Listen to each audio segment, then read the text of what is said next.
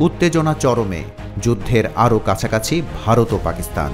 প্রথম ঢিলটা ছুঁড়েছে ভারত। অপারেশন সিঁদুরের নামে ভারত মূলত আগুনে ঘি ঢেলেছে। যুদ্ধ বড় আকার ধারণ করার আশঙ্কাও তাই প্রবল। ভারত পাকিস্তানের কয়েকটি লক্ষ্যবস্তুতে হামলা চালায়। ভারতীয় রাত 1:30টায় চালানো এই হামলা সরাসরি পর্যবেক্ষণ করেন দেশটির প্রধানমন্ত্রী নরেন্দ্র মোদী।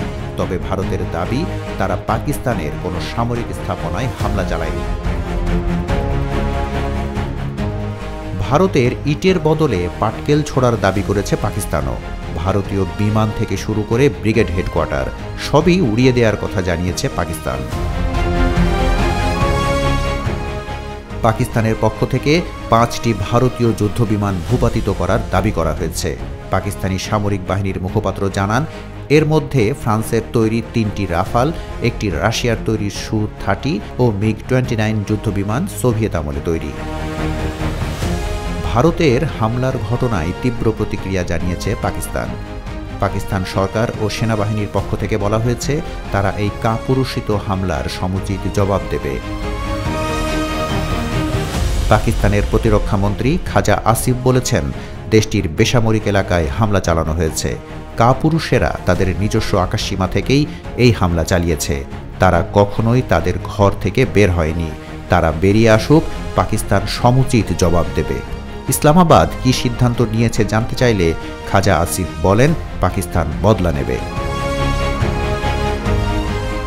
পাকিস্তানের বিভিন্ন স্থানে ভারতের ক্ষেপণাস্ত্র হামলাকে লজ্জাজনক বলেছেন যুক্তরাষ্ট্রের প্রেসিডেন্ট ডোনাল্ড ট্রাম্প। দুই দেশের মধ্যে চলমান সংকট প্রসঙ্গে সাংবাদিকদের এক প্রশ্নের জবাবে তিনি একথা বলেন। অন্যদিকে এই হামলার ঘটনায় গভীর উদ্বেগ প্রকাশ করেছেন জাতিসংঘের মহাসচিব আন্তোনিও গুতেরেস। পাকিস্তানের সঙ্গে ক্রমবর্ধমান উত্তেজনার মধ্যে গত মাসের শেষের দিকে খবর পাওয়া যায়, ফ্রান্স থেকে আরও 26টি রাফাল যুদ্ধবিমান কেনার চুক্তি করেছে ভারত। ভারতের হাতে থাকা 36টি রাফাল যুদ্ধবিমানের সঙ্গে এই নতুন 26টি এলে দেশটির রাফাল যুদ্ধবিমানের বহর আরও শক্তিশালী হওয়ার প্রত্যাশা করা হচ্ছিল। এই 26 রাফাল যুদ্ধবিমানের মূল্য প্রায় $740 কোটি। নিজেদের সামরিক সরঞ্জাম দ্রুত আধুনিকীকরণের প্রচেষ্টার অংশ হিসেবে ফ্রান্স থেকে এসব যুদ্ধবিমান কিনছে নয়াদিল্লি।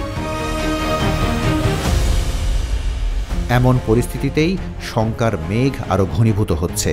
পরিস্থিতি এখনই সামাল না দিলে, দুই দেশ সমঝোতায় না এলে ভয়ঙ্কর কিছু ঘটে যেতে পারে বলে আশঙ্কা করছেন বিশ্লেষকেরা।